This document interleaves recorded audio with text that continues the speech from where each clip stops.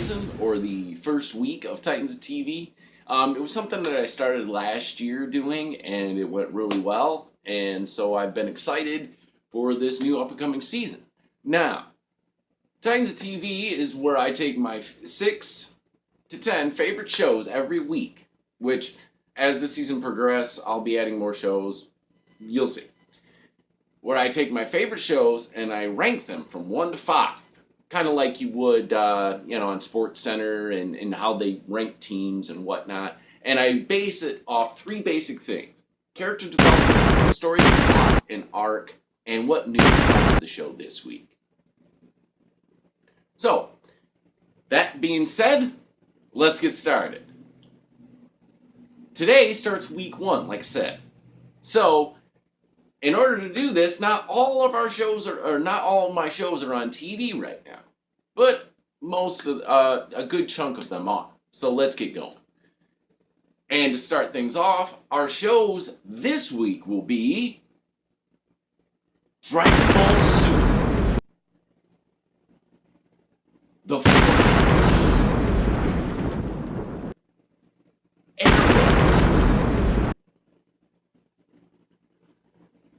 Agents of S.H.I.E.L.D.,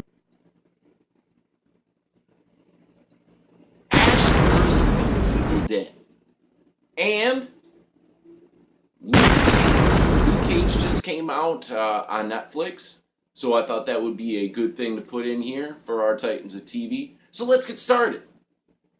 Now, as always, every week on Titans, there's one that won't make the cut. Well, 1, 2, sometimes maybe even 3, depending on how many shows are on and depending on how the week went. This week's show that didn't make the cut was Ash vs. the Evil Dead. Now, I watched Ash vs. the Evil Dead, and I think it was a great start to the week. I think it was a great first episode. The story pretty much was, at the end of last season, Ash and his friends went to Jacksonville to live out their life peacefully, while Ruby, on the other hand, has the Necronomicon and has kept things at bay. So this week, to start things out, apparently she can't get the Deadites under control. Okay? You're the one that summoned these things. Alright, moving forward. I'm not going to go there. So, Ash is at this party. He's got this big Jacksonville thing, and out of nowhere, big hole in the sky, and the Deadites come, and so they've got to go to Elk Grove, Michigan, where, if you remember in the movies, that's where the movie series started.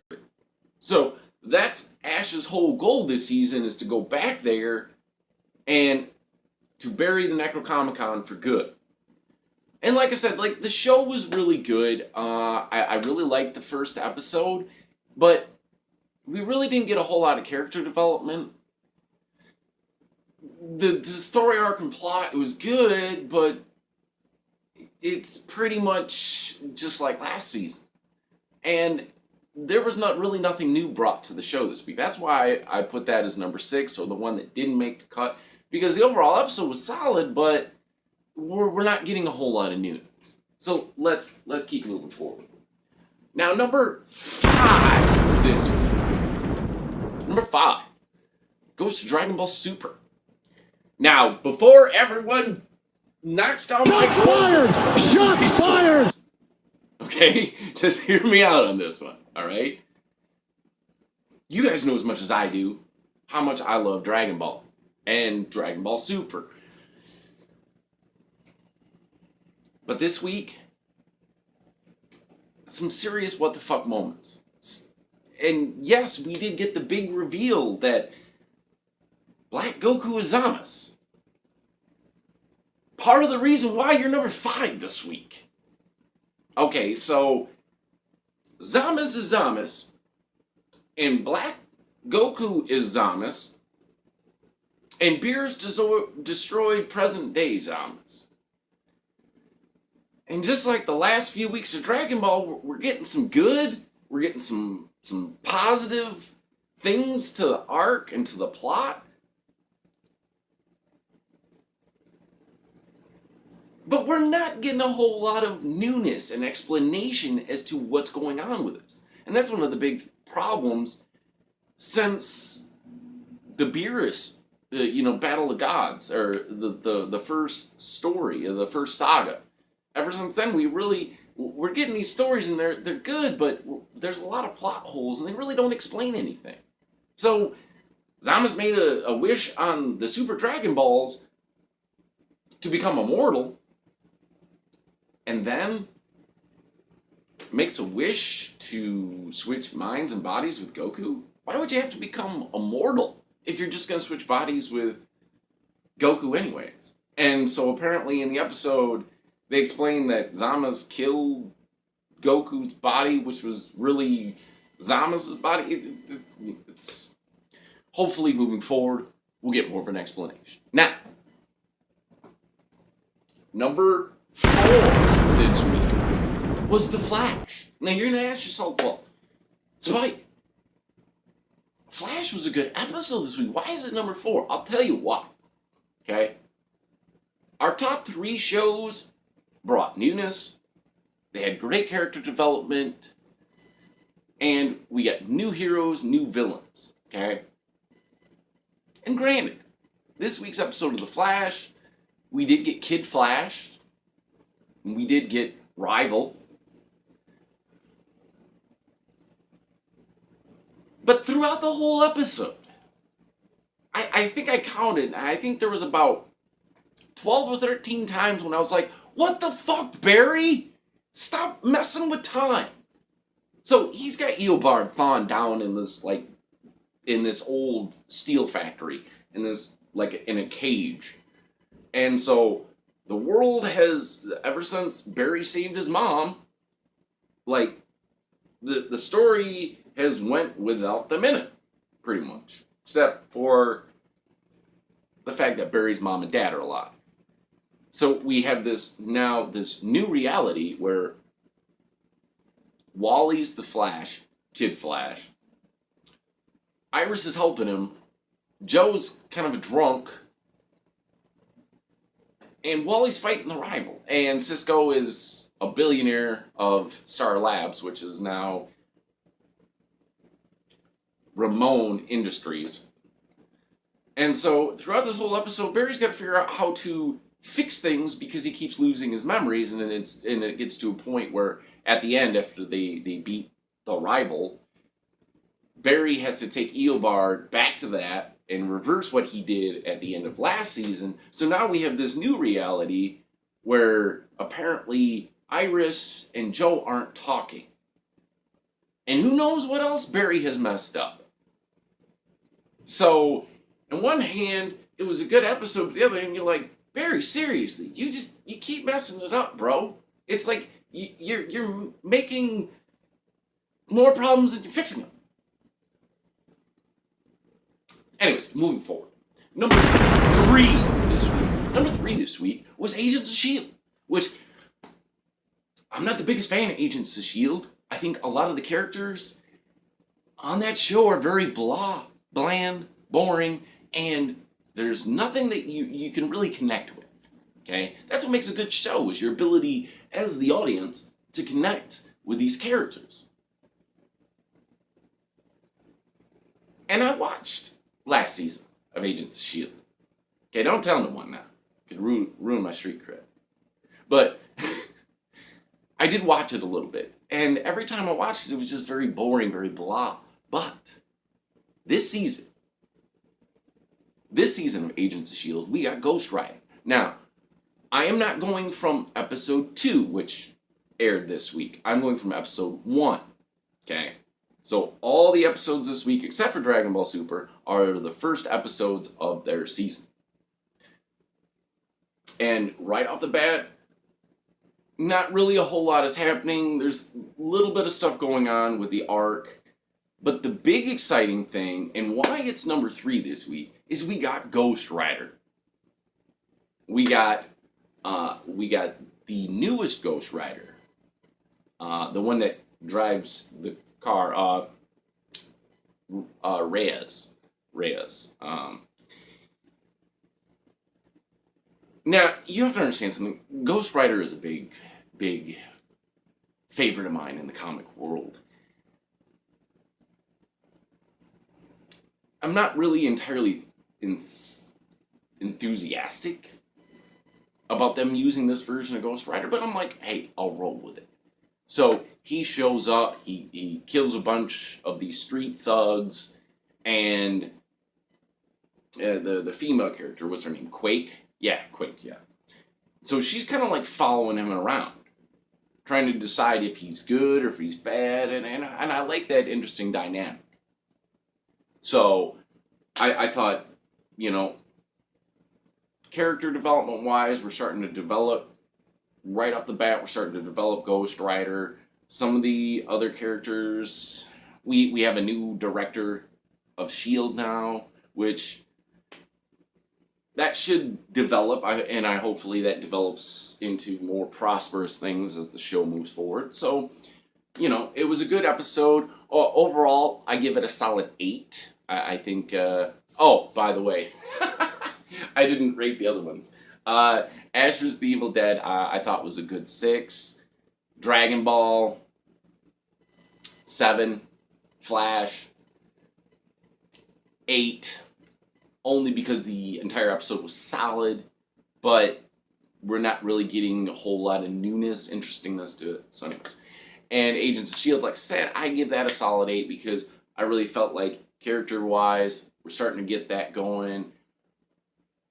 Plot-wise, that's developing. And we got Ghost Rider this week in Quake, so that's cool. Now, number 2 this week, the second Titan, you could say, goes to Luke Cage. The Luke Cage series just came out on Netflix within the last few weeks, and I thought that would be a great addition to Titans of TV. And Luke Cage, I thought them dropping the big bad in the first episode, I thought was really cool. Giving a little bit of background as to Luke Cage. I felt like the pacing of it was a little slow in the beginning. But generally when shows start off very slow like that, they tend to have a bigger payoff towards the end of the season. Right around like episodes 8 and 9, especially with like Daredevil and Jessica Jones, right around 8 and 9 is really when we're going to start to get those big payoffs, plot-wise, character-wise, and especially that's when the whole story is really going to unfold.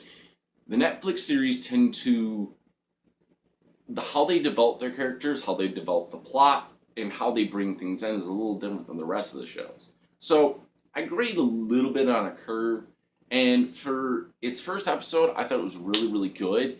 I give it an 8. I thought it was good. I thought it could have been better. I thought we could have gotten to see a little more of his powers. I thought that was one of the few weak points in Luke Cage, the first episode. But keep in mind, this is still the first episode. So I leave a lot of leeway room because it's its first season. Also, you're going to get some more character development, especially by episodes 3 and 4.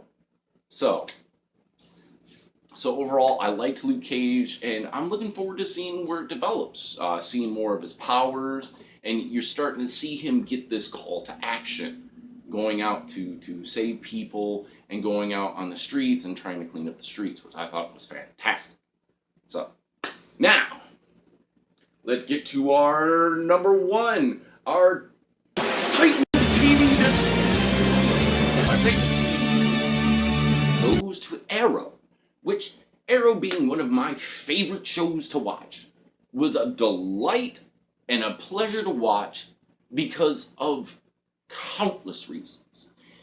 You've seen, I did reviews on Flash, Arrow, and some other shows last year. I also did Titans last year, in which I've talked about this, and I've talked about this in a few of my videos, my deep appreciation for Arrow. And especially the last few seasons, seasons 3 and 4, were not quite as good as 1 and 2. And I liked 3. 4 was good, but I felt like they both could have been better. And in this first episode, the reason it's number one, no more supporting team anymore.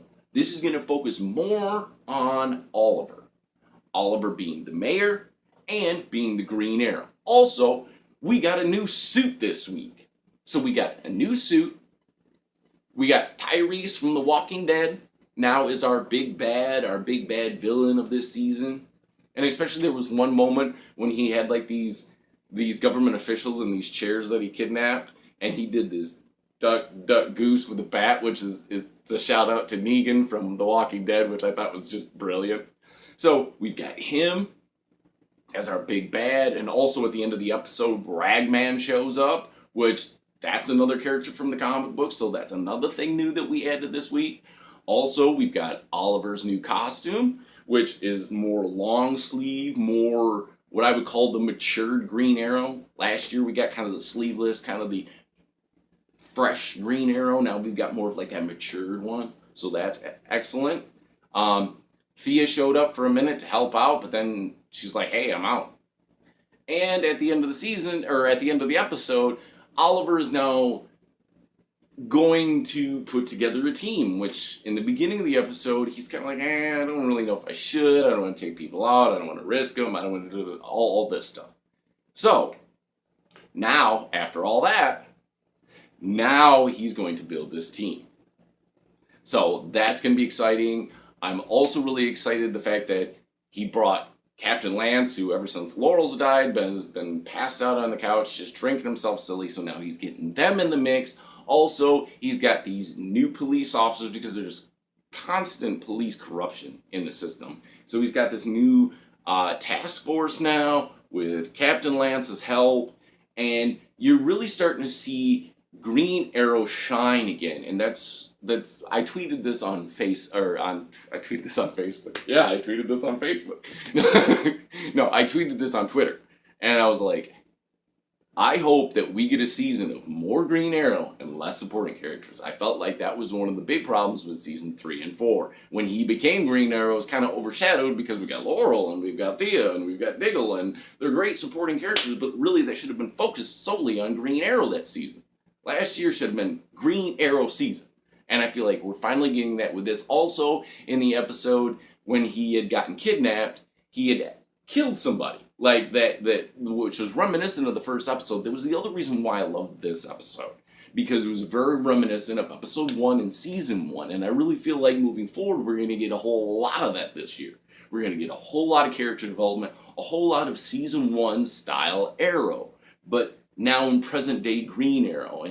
And they went back to the backstory, and now he's in Russia, and he's joining Bratva. And we get to see where that comes full circle, because this is going to be the last year of the flashbacks, because this is when he actually leaves the island. So we get to see the Bratva, how he grows that big-ass epic beard, and so just nothing but good stuff and nothing but exciting stuff coming to Arrow. So I'm really excited for it, and I'm really excited to see how the rest of the shows are going to do moving forward. Now, join me next week when I'm going to add Supergirl, Supernatural, and Legends of Tomorrow. And then in 2 weeks from now, The Walking Dead. So stay tuned. It's going to get really exciting, really fun with all our favorite shows, and it's going to really be something to watch. So thanks for joining me today on Titans of TV.